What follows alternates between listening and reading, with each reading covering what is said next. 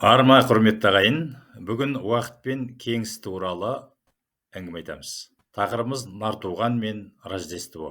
Түрік халқының танымында мәңгі деген ұғым өлмейді деген сөз емес, өліп тірілумен мәңгі жасайды дегенді білдіреді. Дәл осы таным уақыт пен кеңіске тура қатысы бар. Өйткені уақыттың көзі күн, өліп қайта туады. Кеңіс те солай. Бұны ұғу үшін осыдан 4-5 мың жыл бұрын тасқа түскен мына бір панорамаға назар аударайық. Бұл петроглифте сурет негізінен наурыз тақырыбына арналған. Күн мен түннің теңесуі бейнеленген. Осындағы құдай тектес екі үлкен фигура тұр. Бұлар бір-біріне антипод, қайшылас, қарсылас, тәңір мен іңір. Біреуі жарықтың, енді бірі түнектің пірі. Осылардың ортасында жылдың 4 мезгіл ретінде сиырдың 4 жастық кейпі қашалған. Күнбасты тәңір жақта жаңа туған бұзау, бұл көктем. Сағат тіліне қарсы бағытта баспақ, яғни тана жайылып жүр. Бұл жаздың кейпі. Сосын мүйізі қарағайдай өгіз немесе бұқа тұр тәңірге қарап. Бұл малдың есейіп семірген мезгілі, яғни күз. Сосын тәлтіректеген, көтерем күйдегі мүйізі түскен сиыр. Бұл енді қыстың кейпін көрсетіп тұр. Бұл панорама уақыт пен кеңістің 4 күйі. Түріктерде жылдың 4 маусымы биологиялық ғұмырдың 4 кезеңін білдіреді. Көктем жаңа туған жас ғұмырды, жаз есейген ғұмырды, күз ересек, ал қыс әбден қартайған шақты, яғни ғұмырды нұсқайды. Аңырақай тауындағы жартаста қашалған петроглифте бейнеленген қысқы маусымды көтерем сиыр байқатып тұр. Қазақ ұғымында қыс маусымы уақыттың қартаю белгісін білдірген, сондықтан ұлы Абай қыс өлеңінде былай дейді: кәрі құдаң қыс келіп әлек салды дейді. Осы 4 күйге жылдың 4 мезгілі сәйкес, және олардың әрқайсысына 4 дүлей, яғни 4 стихия ие болады. Көктемге су, жазға от, күзге топырақ, қысқа ауа. Түрік халықтарында әрбір 90-ның, яғни әрбір жылмау келу мезгілі күн мен түннің арақатысына сәйкес танылған, және жылдың 4 мезгіліне қатысты 4 ұлы мереке бар. Көктемгі күн-түн теңесімінде наурыз, күзгі теңесімде сабан той, жазғы түннің тоқырауында саба той, ал қысқы күннің тоқырауында Нартуған аталатын мерекелер бар. Біздің бүгінгі әңгімеміз Нартуған жайында. Нартуған осындай тарихи астрономиялық, космогониялық танымға негізделген 4 ұлы мерекенің біреуі, және ол қысқы маусымның беташары, күннің ең қысқа күні, ал түннің ең ұзақ сәтіне сәйкес келеді. Ежелгі түрік танымында күн мәңгі, және ол сондықтан да жыл сайын өліп қайта тіріледі, яғни қайта туылады. Өйткені мәңгі болу деген түрікше өліп тірілу деген сөз. Сол себепті түрік танымында реинкарнация, яғни өліп өмірге қайта оралу деген ұғым бұрыннан болған.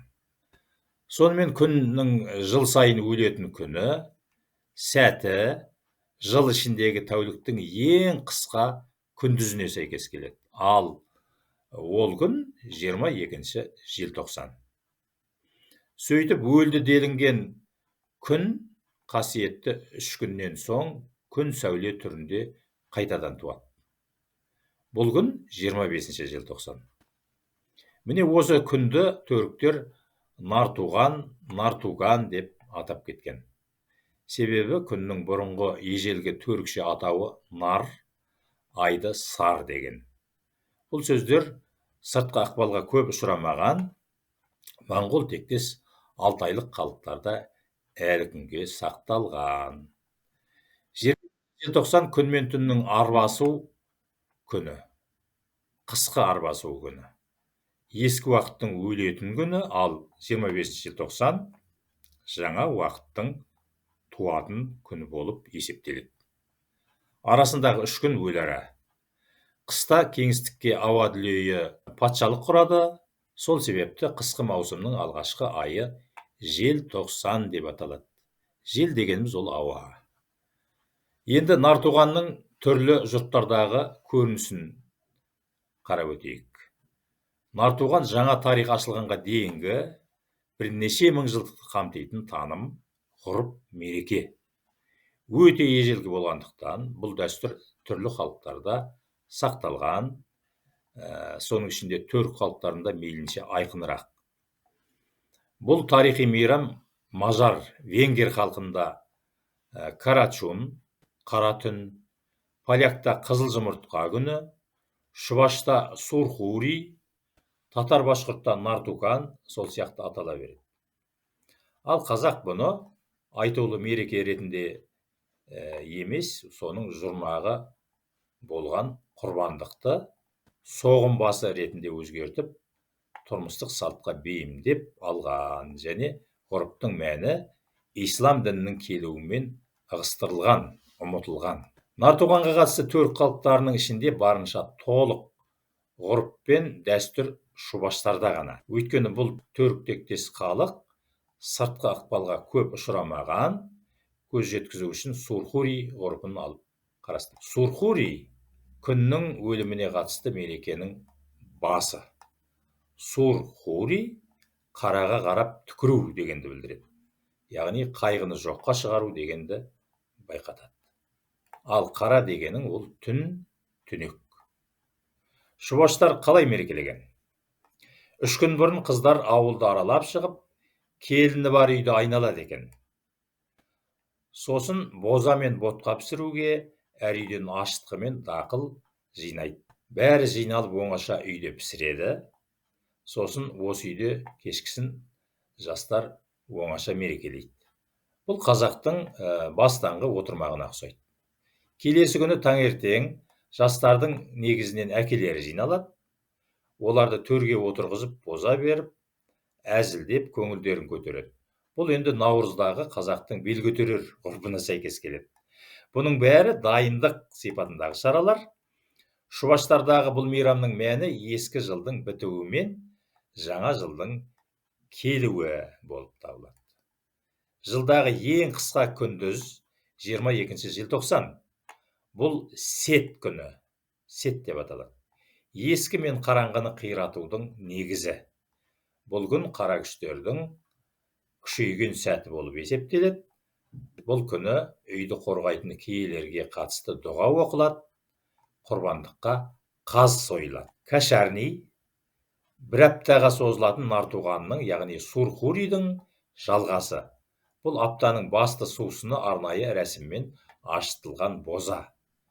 Бұны ашыту кезінде әдетте арнайы ғұрып атқарылады, дұға оқылады. Кашарни 22 желтоқсаннан кейін күннің қайтадан тууына сәйкес басталады. Бұл енді жаңа күннің тууын тойлау деген сөз. Енді түрік тектес халық болмаса да, Мары деген солтүстікте халық бар. Мары елінің де нартуғанға тікелей қатысты ғұрыптары жеткілікті. Марылардың қысқы күн-түн арбасуынан кейін ойналатын шарк йол, қойдың аяғы ойындары осы күндері бір апта бойы ойналады екен. Бірақ бұл сөз түріктің жарық жол деген тіркесіне ұқсап тұр. Бұндағы қой күннің жердегі бір проекциясы, бейнесі ретінде кейіптелген, бейнеленген.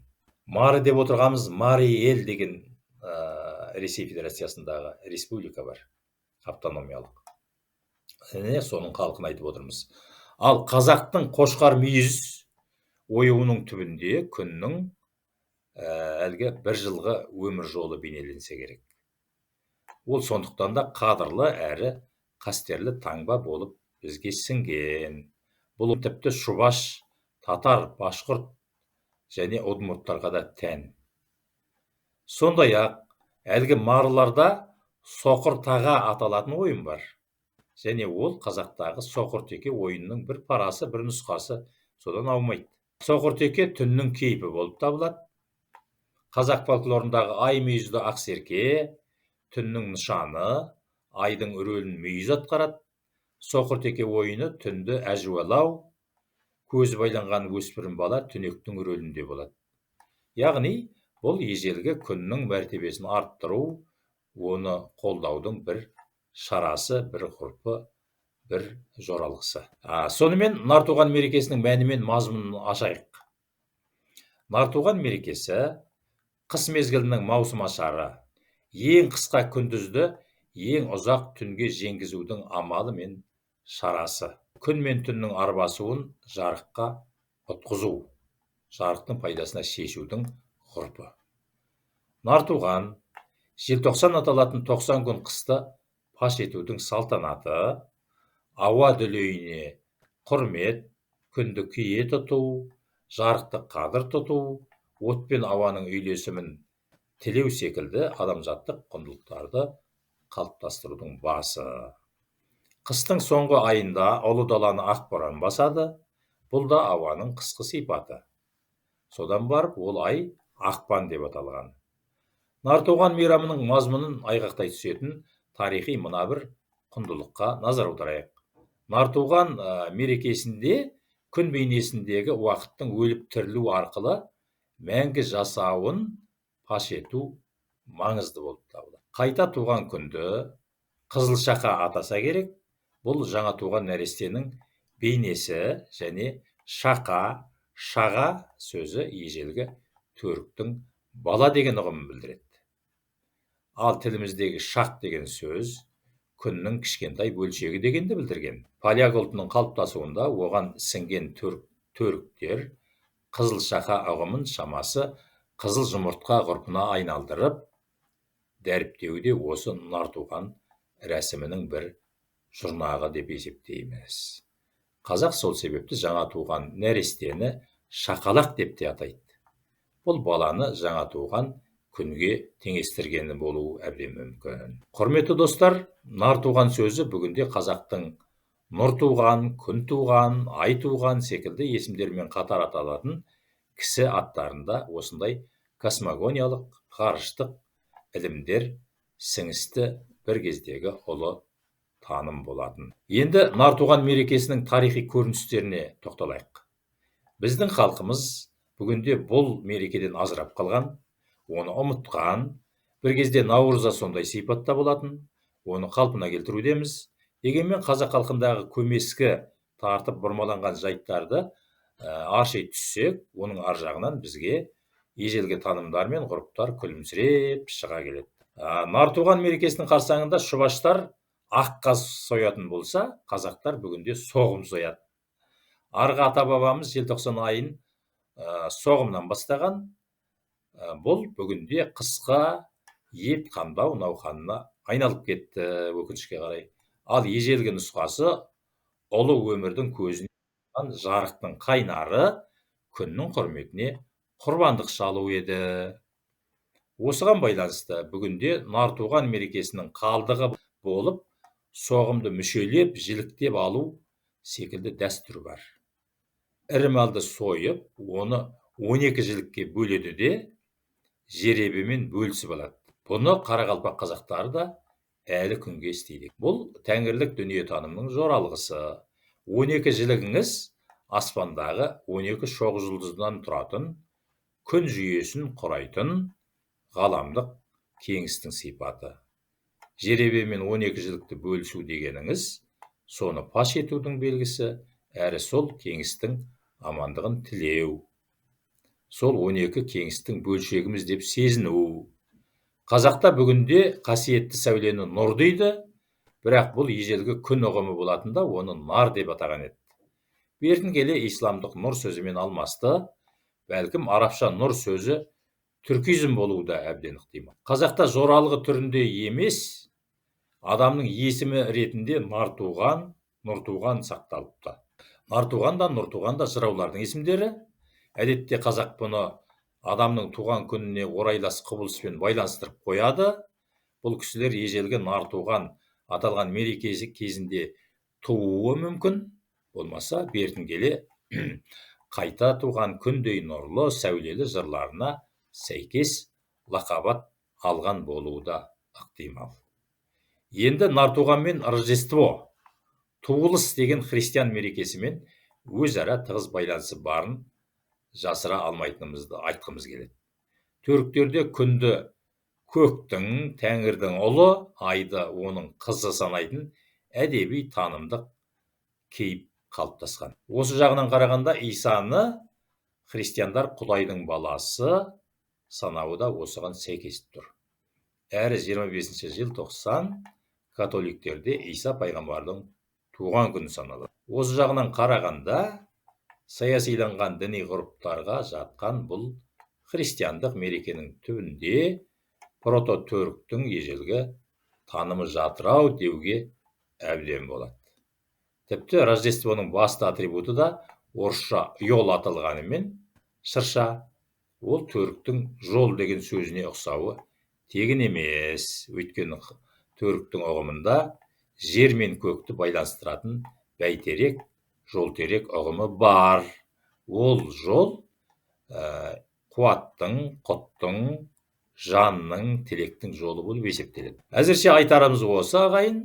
Нартуған мерекесі қалпына келсін деп тілейік, аспанда күніміз сөнбесін деген ежелгі түріктің дұғасымен аяқтаймыз. Сау болыңыздар. Нартуған құтты болсын, күнтізбе жаңа жылы жақсылық алып келсін.